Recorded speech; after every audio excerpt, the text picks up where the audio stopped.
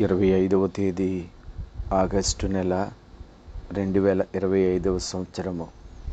ఈ ఉదయకాల ధ్యానము కొరకై పరిశుద్ధ గ్రంథములో నుండి సమూయేలు మొదటి గ్రంథము 7వ అధ్యాయము 3వ వచనాన్ని చదువుకుందాము.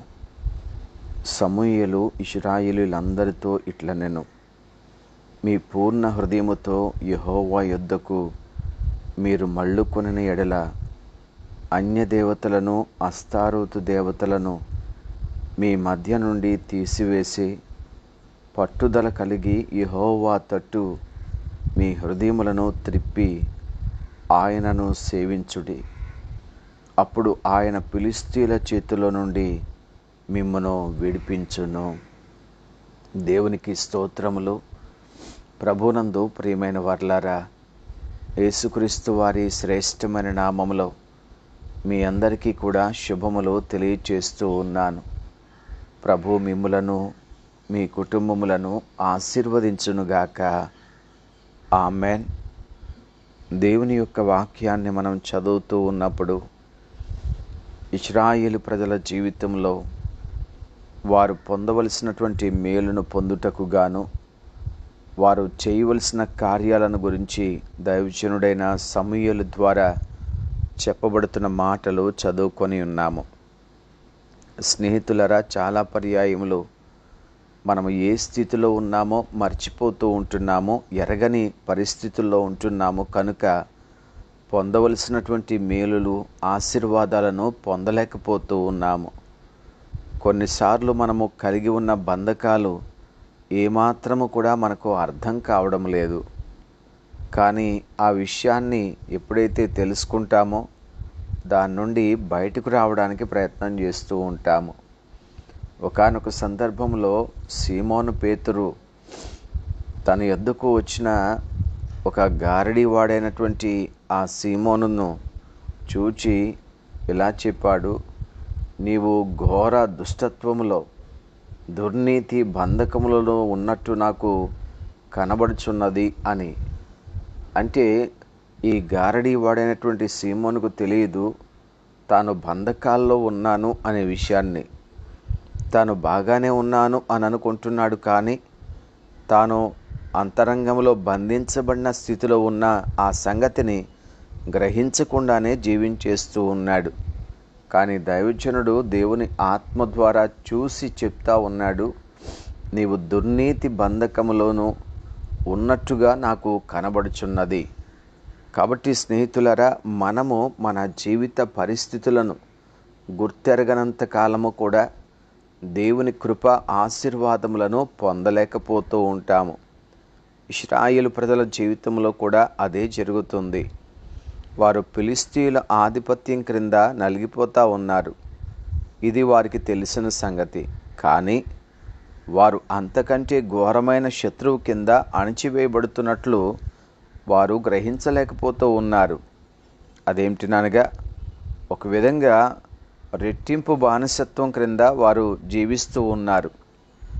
కానీ ఎంతసేపు కూడా కనిపిస్తున్న ఫిలిష్తీయుల బానిసత్వాన్ని మాత్రమే చూస్తూ ఉన్నారు. ఒకటేమో ఫిలిష్తీయుల బరువైన కాడి క్రింద వారు నలిగిపోతున్నారు. అయితే దానికంటే కూడా ఎక్కువగా తప్పు ఆరాధన, అంటే విగ్రహాల యొక్క బరువైన ఆ కాడి క్రింద వారి హృదయము, వారి జీవితం కూడా పూర్తిగా నలిగిపోతూ ఉంది అనే సంగతిని వారు తెలుసుకోలేకపోతూ ఉన్నారు. అందుకనే సమూయేలు మొదటి గ్రంథం 7వ అధ్యాయము 3వ వచనంలో భక్తుడైనటువంటి సమూయేలు చెప్తూ ఉన్నారు, ఇశ్రాయేలీయులు తాము ఎప్పుడు కూడా యెహోవాను తిరస్కరించాము అని వారు అనుకోలేదు. ఎందుకంటే వారు యెహోవాను ఆరాధిస్తున్నారు, అలాగే ఇతర దేవతలను కూడా వారు ఆరాధిస్తున్నారు. వారు ఏమనుకున్నారు అని అంటే, మేము దేవుణ్ణి ఆరాధిస్తున్నాము, అలాగే దేవుని ఆరాధనతో పాటుగా విగ్రహాల ఆరాధన కూడా చేర్చుకున్నాము అని అనుకుంటున్నారు తప్ప ఒక సంగతి మర్చిపోతున్నారు వాళ్ళు. అదేంటంటే వారు దేవుణ్ణి తృణీకరిస్తున్నారు, దేవుణ్ణి త్రోసివేస్తున్నారు. నిజమైన జీవము గల దేవుణ్ణి త్రోసివేస్తూ ఏమాత్రము జీవము లేనటువంటి విగ్రహాలకు వారు ఆరాధనలు చేస్తూ ఉన్నారు. కానీ వారు అలా భావించట్లేదు. మేము విగ్రహాలను కూడా చేర్చుకున్నాము అని మాత్రమే భావిస్తూ ఉన్నారు. స్నేహితులారా, దేవుని వాక్యం ఏమని తెలియచేస్తుంది? మత్తయి సువార్త 6వ అధ్యాయము 24వ వచనం ప్రకారంగా, ఎవడును ఇద్దరు యజమానులకు దాసుడుగా ఉండనేరడు. అతడు ఒకని ద్వేషించి ఒకని ప్రేమించును, లేదా ఒకని పక్షముగా ఉండి మరొకని తృణీకరించును. మీరు దేవునికిని సిరికిని దాసులుగా ఉండనేరరు. వాస్తవాన్ని గమనిస్తున్నామా ప్రియులారా? దేవుని వాక్యము చాలా స్పష్టంగా తెలియచేస్తున్న సత్యం ఏమిటంటే, మనము ఇద్దరు యజమానులను ఎప్పటికీ కూడా కలిగి ఉండలేము. ఏదైనా మనం కలిగి ఉంటే ఒక్కటి మాత్రమే. ఒక్కటి కలిగి ఉన్నామంటే ఇంకో దాన్ని తృణీకరిస్తున్నాము అని అర్థం. కానీ ఇశ్రాయేలీయులు ఏమనుకుంటున్నారు అంటే, మేము యెహోవాను తృణీకరించడం లేదు, అన్య దేవతలను చేర్చుకున్నాము అనుకుంటున్నారు. ఎప్పుడైతే అన్య దేవతలు వారి జీవితంలో ఆరాధనకు పాత్రంగా మార్చుకున్నారు, నిజదేవుణ్ణి వారు తృణీకరించినట్లే, త్రోసివేసినట్లే. కానీ దాన్ని వారు అంగీకరించట్లేదు. కాబట్టి ప్రియులారా, వారి ఉద్దేశం ఏమిటంటే, ఎవరో ఒకరు అంటే ఇంకొక అనుభవం ద్వారా మా జీవితంలో మేలు పొందొచ్చేమో, ఇంకొక ప్రయత్నం ద్వారా మేము ఆశీర్వాదం పొందొచ్చేమో, ఇంకొకటి అనుసరించడం ద్వారా మా జీవితాలు ఏమైనా మార్చబడవచ్చేమో అనేటువంటి ఒక భ్రమ. నేడు కూడా చాలామంది ప్రియులారా దేవుణ్ణి ఆరాధిస్తూ ఉంటారు, ఇంకో ప్రయత్నం చేయడానికి కూడా ప్రయత్నం చేస్తూ ఉంటారు, ఇంకొక అవకాశాన్ని తీసుకోవడానికి ప్రయత్నం చేస్తూ ఉంటారు, ఇంకొక ఆలోచనకు కూడా వారు చోటిస్తూ ఉంటారు. కానీ దయచేసి మర్చిపోవద్దు, ఎన్ని ప్రయత్నాలు చేసినప్పటికీ కూడా మన పరిస్థితులు మార్చబడవు. వారు అనేకమైన అన్య విగ్రహాలను ఆరాధించారు, కానీ వారి బానిసత్వం పోలేదే, వారి శ్రమలు తీర్చబడలేదే, వారి పరిస్థితులు మారలేదే. చాలాసార్లు ప్రియులారా మనం కూడా ఆ ప్రయత్నం చేస్తాం, ఈ ప్రయత్నం చేస్తాం, కానీ పరిస్థితులు అలాగే ఉంటున్నాయి. వారి జీవితంలో ఉన్నటువంటి కష్టాలు అలాగే ఉంటున్నాయి.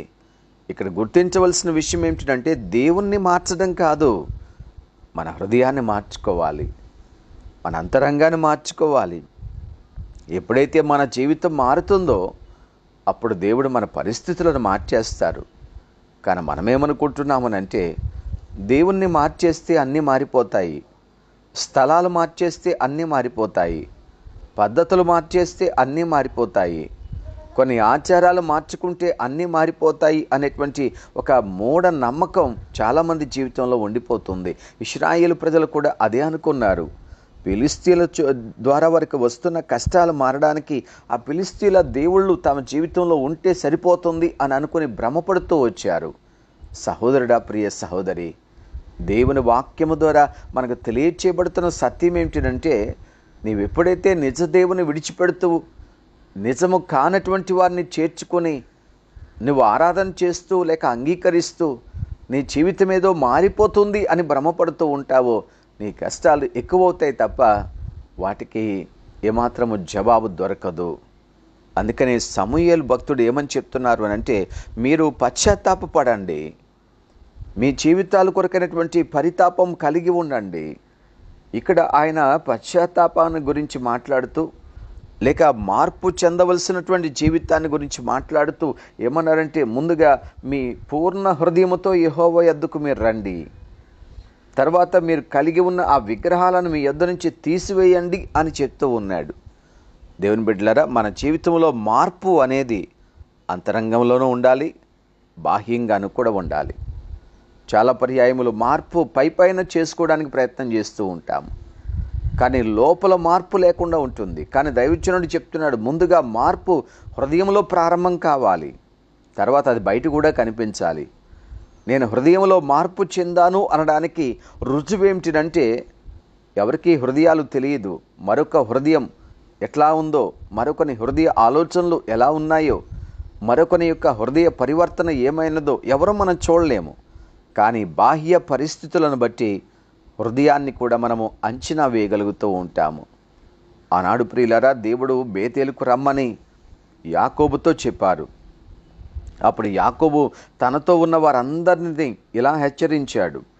అది ఆదికాండము 35వ అధ్యాయము 2వ వచనం నుండి చదువుతున్నాను. యాకోబు తన ఇంటి వారితోనూ తన యొద్ద ఉన్న వారందరితోనూ, మీ యొద్ద ఉన్న అన్య దేవతలను పారవేసి మిమ్మును మీరు శుచిపరుచుకొని మీ వస్త్రములను మార్చుకొనుడి. మనము లేచి బేతేలునకు వెళ్ళుదము. నా శ్రమ దినమున నాకు ఉత్తరమిచ్చి నేను వెళ్ళిన మార్గమున నాకు తోడయుండిన దేవునికి బలిపీఠమును అక్కడ కట్టించెదను అని చెప్పాను. బేతేలుకు వెళ్ళాలి, దేవుని వైపు తిరగాలి, నేను దేవుని సముఖములోనికి చేరాలి. నేను కనుక దేవుని యొద్దకు వెళ్ళాలి అనేది మన మార్పును తెలియచేస్తుంది. దానికి బాహ్య గుర్తేమిటినంటే మన యొద్ద ఉన్నటువంటి విగ్రహాలన్నిటినీ కూడా పారవేయండి. దేవుని స్థానంలో దేన్నైతే ఉంచామో అది విగ్రహమే, దాన్ని విడిచిపెట్టాలి. ప్రియ స్నేహితులారా, ఎప్పుడైతే ఈ పనికిరాని విగ్రహాలను విడిచిపెడతామో, దేవుణ్ణి అనుసరించకుండా ఆటంకపరుస్తూ దేవుని స్థానాన్ని తీసివేయడానికి కారణమైనటువంటి ఆ విగ్రహాలను మనం ఎప్పుడైతే తీసివేస్తామో మనము అంతరంగంలో పరివర్తన చెందుతున్నాము అనడానికి అదొక మంచి రుజువుగా కనిపిస్తూ ఉంటుంది. అందుకే మొదట మన హృదయం సరిచేయబడాలి అని సమూయేలు భక్తుడు తెలియచేస్తూ ఉన్నారు. అంతర్గతమైనటువంటి పరివర్తన బాహ్యమైన దాని ద్వారా నిరూపించబడుతుంది. అలాగే బాహ్యమైన పరిస్థితుల యొక్క మార్పు అంతర్గత పరివర్తన ద్వారా ప్రభావితం చేయబడుతుంది అనేది కూడా మనం గుర్తించాలి. కాబట్టి ప్రియులారా, ప్రభుని వెతకాలి అని అంటే హృదయపూర్వకంగా మనం చేయవలసిన కార్యము. అది హృదయముతోనే ప్రారంభమవుతుంది అని దయచేసి మర్చిపోవద్దు. ఆనాడు బాప్తిస్మం ఇచ్చి యోహాను తన యొద్దకు వచ్చిన వారితో చెప్పారు, మీరు మారు మనసు పొందండి, ఎందుకంటే పరలోక రాజ్యము సమీపిస్తుంది అని అన్నారు. కాబట్టి ప్రియులారా, దేవుణ్ణి సమీపించడానికి మన జీవితాలు మార్చబడవలసి ఉన్నది. ఆనాడు యెహోషువ చెప్పారు, నేను నా ఇంటి వారిను యెహోవానే సేవిస్తాము. ఓ తీర్మానము ప్రియులారా, ఒక నూతనమైనటువంటి నిశ్చయత ఆయన కనబరిచి అనేకులను సవాలు చేస్తూ ఉన్నాడు. కనుక ఉదయకాలం వాక్యం వింటున్న ప్రియ దైవజనమ, ఒకసారి ఆలోచన చేసుకుందాము. మన పరిస్థితులు ఎలా ఉన్నాయి? అవి మార్పు లేకుండా ఉన్నాయా? అవి ఏమాత్రము కూడా మనకు అనుకూలంగా కాకుండా ఉన్నాయా? ఎందుకు అలా ఉంటున్నాయి? మనము పద్ధతులు మార్చుకుంటే సరిపోతుంది అనుకుంటున్నామా? లేక మనమున్న బంధకాల్లో ఉన్న స్థితిని గ్రహించకుండా జీవిస్తూ ఉన్నామా? ఇదిగో ఆనాడు సమూయేలు చెప్తా ఉన్నారు, మీరు ఇంత దీనస్థితికి హీనస్థితికి వెళ్ళడానికి గల కారణం మీ హృదయం పరివర్తన చెందాలి, మీరు విగ్రహాలను విడిచిపెట్టాలి అని చెప్పారు. ఆనాడు గరడి సీమోనుతో దైవజనుడు చెప్పాడు, నీవు దుర్నీతి బంధకాల్లో ఉన్నావు, ఆ సంగతి నీకు అర్థం కావడం లేదు అని. కాబట్టి స్నేహితుడా, ప్రియ సహోదరి, ఒకసారి మనం ఆలోచన చేసుకుందాం. మనం ఏ పరిస్థితుల్లో ఉన్నాము? మనను ఆవరించి ఉన్న ఈ పరిస్థితులకు కారణం ఏంటి? మనం అనుకుంటున్నట్టుగా ఏదో చేర్చుకుంటే, ఏదో మార్చుకుంటే, లేక పద్ధతులు మనము అలవాటు చేసుకుంటే, ఆ పద్ధతిని అడాప్ట్ చేసుకుంటే, ఈ దేవుణ్ణి తెచ్చిపెట్టుకుంటే అన్నీ మారిపోతున్నాయి అని అనుకుంటున్నామా? దేవుని వాక్యం చెప్తా ఉంది, నా అంతరంగం మార్చబడాలి, మనము పరివర్తన చెందాలి, ప్రభు యొద్దకు తిరిగి రావాలి, దేవుని తట్టు త్రిప్పబడాలి, దేవుణ్ణి మనం ఆశ్రయించాలి. నిజ దేవుడైనటువంటి యేసుక్రీస్తు ప్రభువారి పట్ల బలమైన విశ్వాసముతో పశ్చాత్తాపముతో తిరిగి ప్రభు యొద్దకు రాగలిగినప్పుడు వాక్యం చెప్తుంది, ఆయన మిమ్ములను ఫిలిష్తీయుల చేతిలో నుండి విడిపిస్తారు. పరిస్థితులన్నిటి నుండి కూడా ప్రభు తప్పకుండా విడిపిస్తారు. గొప్ప విడుదల మన జీవితంలో కావాలి అని అంటే ముందు మనం పరివర్తన చెందాలి. కనుక దేవుని యొక్క వాక్యము ద్వారా ఈ ఉదయకాలం ప్రభు మనతో మాట్లాడుతున్నారు. ప్రియులారా, నువ్వు ఏ పరిస్థితుల్లో ఉన్నా, ఎలాంటి సంకట పరిస్థితుల్లో ఉన్నా, ఎటువంటి హీన పరిస్థితుల్లోనికి నీ జీవితం వెళ్ళిపోతున్నప్పటికీ కూడా, ఎన్ని కష్టాలు, నష్టాలు, ఇబ్బందులు, బాధలు సంభవిస్తున్నప్పటికీ కూడా వాటన్నిటి నుండి కూడా విడుదల కేవలం నీవు ప్రభు వైపు తిరిగినప్పుడు మాత్రమే లభిస్తుంది అని వాక్యం ద్వారా నేర్చుకుంటున్నాము. కనుక పరిస్థితులు కలవరపడొద్దు, దేవుని వైపు త్రిప్పబడదామండి. మన జీవిత పరివర్తన కొరకు ప్రభుని వేడుకుందాం. దేవా, నన్ను మార్చండి, నన్ను సరిచేయండి అని దేవుణ్ణి అడుగుదాం. దేవుడు అన్ని పరిస్థితుల్లో కూడా మనకు సహాయం చేస్తారు. అలాంటి కృప వాక్యం వింటున్న మనందరికీ ప్రభు దయచేయును గాక. ఆమెన్. మహాపరిశుద్ధుడైన మా తండ్రి, మీకు వందనాలు చెల్లిస్తున్నాము నాయన. ఈ ఉదయకాలం మీ సన్నిధిలో చేరిన మమ్మల్ని జ్ఞాపకం చేసుకొని మాతో మాట్లాడుతున్నందుకు మీకు స్తోత్రాలు. మాకు ఇచ్చిన ఈ అదనపు సమయము, ఆశీర్వాదకరమైనటువంటి అనుభవాల కొరకు మీకు వందనాలు.